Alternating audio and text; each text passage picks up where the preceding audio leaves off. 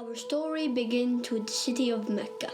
It is said that when Adam and Eve were first expelled from paradise, the two were separated, with Eve having landed near the city of Mecca and Adam having landed somewhere in the far east.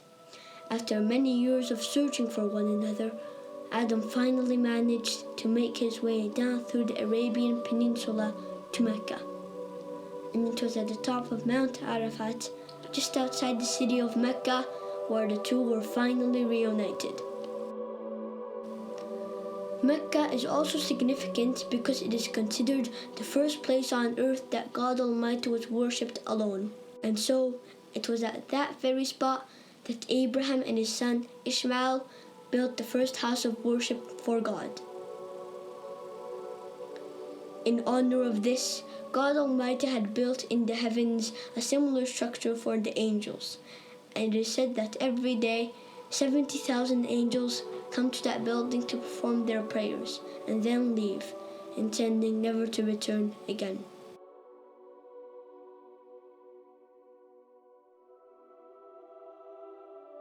When Abraham and Ishmael had finished building the sacred house, there was still one brick that had to be put in its place. And so, Abraham sent his son Ishmael off to find a unique stone that he could put there. But God Almighty destined that the final stone that was to be laid would not be from the material of this world, but instead a stone directly from the heart of paradise. The angel Gabriel then brought the stone down to Abraham, who proceeded to put it in its proper place. It is said that when the stone first came down, it was a pure white color, but due to the impurities of this world and the sinfulness of man, the stone slowly began to fade and eventually turned black. As time passed and the city began to develop, with the people of Mecca remaining upon pure monotheism, worshipping one God alone. This despite the fact that their neighbors in Egypt, Mesopotamia, and the Levant have been practicing paganism for centuries. But this was all the change when a merchant by the name of Amr ibn Luhay had decided to conduct his business outside of Mecca.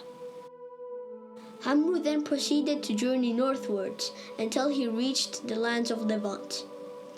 There, Amr would witness for the first time things like modern architecture, advanced literature, and of course, the practice of paganism.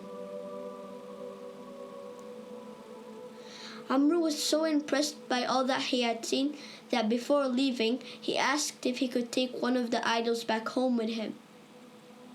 The people agreed, and so Amr took the idol and placed it along with the other goods and merchandise in his caravan.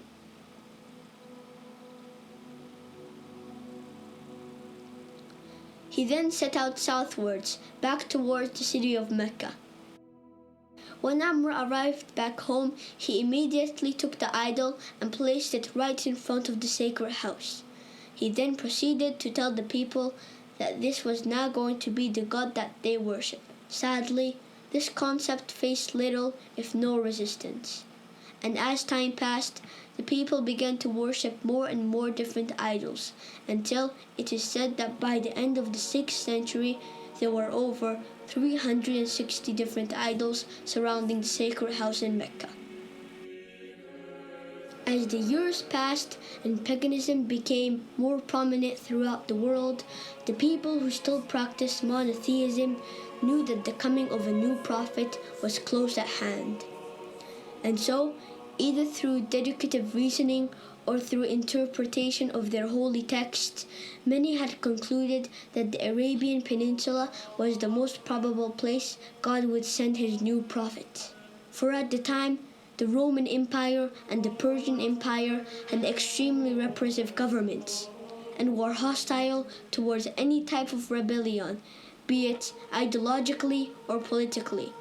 While the Arabian Peninsula, on the other hand, though also deeply mired in paganism, was a land ruled by tribal law and never had a real central government. As time went by it appears that more and more people begin to move down to the Arabian Peninsula to await the coming of the next prophet. And so, in the very land in which man first worshipped his Creator, and where Abraham built the first house of worship for God alone, it was there where God had destined his last and final messenger would emerge.